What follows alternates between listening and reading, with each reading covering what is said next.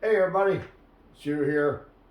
Normally this channel is about outdoor adventures and stuff like that, but right now it is way too cold and way too much snow and ice and everything else outside.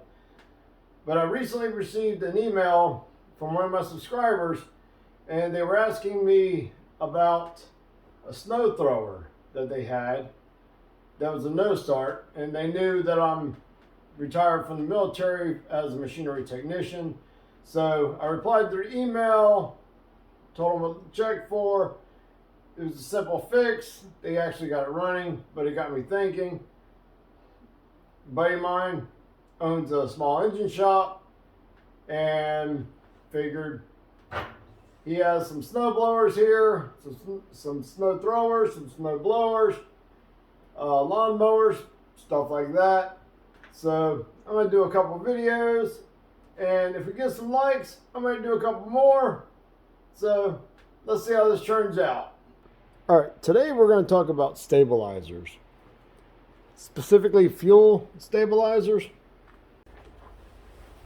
Now, big question is, which type of fuel stabilizer is the best one to use? If you've ever been to a auto parts store and you walk in, you look at that wall, it can be kind of intimidating because there's so many different brands. And unfortunately, when you ask some of the people behind the counter which one's the best fuel stabilizer to use, you usually get some of the oddest answers. You can just pick any one of them chemical things off the shelf. They all work the same. You can always use my family's secret recipe my great-great-grandma used to use in 1863. When they should be asking you, plain and simply, what type of fuel are you using? Ethanol or non-ethanol? What type of fuel you're using. Now, I'm not talking about gasoline versus diesel. I'm talking about ethanol fuel versus ethanol free. Now, we're strictly talking gasoline here. The ethanol that's in these modern fuel, it's what they call hydroscopic, meaning that it attracts the water. When that water reaches a certain point, it's going to start dropping to the bottom of this fuel tank, and it will find its way to the fuel line. And from that fuel line, it's going to make its way down to the carburetor. And when you try to start this thing, the first thing that carburetor is going to try to pull is water. And water is going to prevent this engine from starting. Here is an example of some older fuel that had ethanol in it that was stored inside of a tank, inside of a garage. But you can see, let me see if I can get this here. You can see the water that's in here. That at the bottom is water. That's what ethanol does. Now, there are ethanol free fuels. You can get them 4-cycle, you can get them 50 to 1, you can get them 32 to 1, you can get them to 40 to 1, all different premixes, or for straight.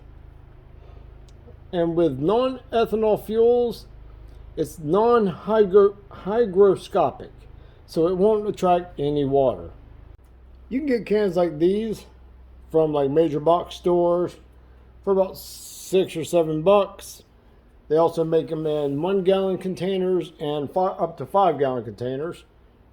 Now, a lot of out in the farming areas, they actually sell ethanol-free fuel at the gas pumps. That would be my suggestion, would be getting a empty 5-gallon container, fill up at the gas station. You'll save a lot of money by doing that. Now, as your gasoline starts to evaporate, the ignition vapors are actually what's evaporating out of your gas tank and your carburetor, because your carburetor is actually open to atmospheric pressure. So as the vapors are evaporating out, what's left behind after some time is a varnish-like substance. It's not varnished, but it's a varnish-like substance. And if it sits too long, it becomes a gum-like substance.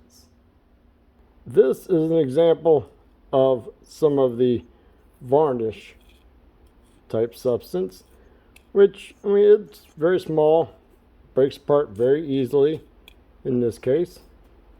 But as I'll show you in a minute here when I show you the carburetor, it doesn't take much of this.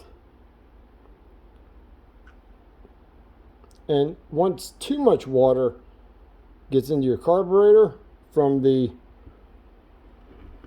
fuel evaporating out, your bowl, which normally would look like this, will actually end up looking more like this.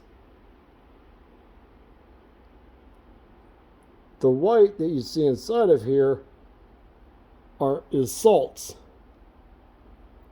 from the ethanol. The ethanol can actually tear up your fuel system. That's why you want to burn it through. Now this is a breakdown of a carburetor, and just to give you an idea, the little pieces here, this is your main jet. Let's see if I can get this thing into focus here for you. Your main jet has that little tiny hole that can easily get stopped by that was found in the bowl. And on your emulsion tube, you have even smaller holes. To give you an idea of the size of that hole, you can see how small this little needle is. It barely fits inside there. So it does not take much. Your emulsion tube fits inside of here, and your main jet fits inside of here.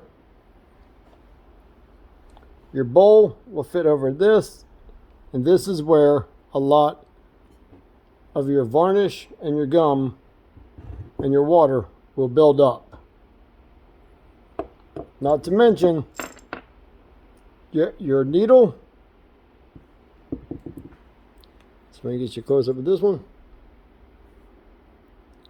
The needle right there, that little tiny point, is what stops the fuel from coming in when it's full. But as your fuel evaporates out of your carburetor, your needle drops, allows more fuel and water to slowly build up. So, the ethanol sounds like a better choice, right? But this is where the similarities come back together again. Both ethanol and non-ethanol fuels will slowly evaporate what they call the ignition vapors, which will in return cause some hard to start issues, sluggish running, and poor performance issues. Now the ethanol fuels, like the kind you get from most gas stations, they start to go bad in storage after about 30 days. Non-ethanol type fuels, they start to evaporate after about 8 months. Now these fuel commercials and these fuel companies, they always talk about how their fuel blends contain a lot of additives already, but if there was a miracle stabilizer that could be added to fuel to prevent such problems, then it would most likely already be at the pump. So my advice as far as fuel stabilizers will go is STA-BIL and SEAFOAM. Now again, it depends on your fuel. If you're using gasoline with ethanol in it, STA-BIL would be the better choice, because what it does is it slows down the ethanol from absorbing moisture. which is a big problem. And that's about basically all it seems to do. And on the SEAFOAM, it's good for the ethanol-free fuels, because what it does, it'll actually slow it down from evaporating, which will extend your non-ethanol free fuel to possibly even over a year. Now the obvious choice would be add some of both and call it STA-BIL or STA-FOAM, but I'm not sure what good or damages would occur if you mixed them in your fuel. So I'll let somebody else make that determination. Alright, that's about it for the video.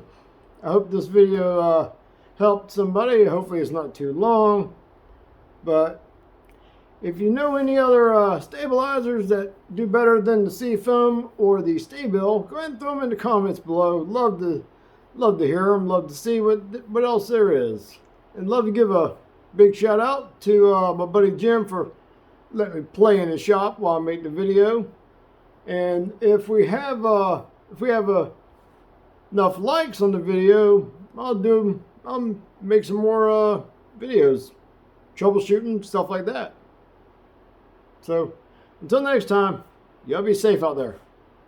You can always use my family's secret recipe my great-great-grandma used to use in 1863.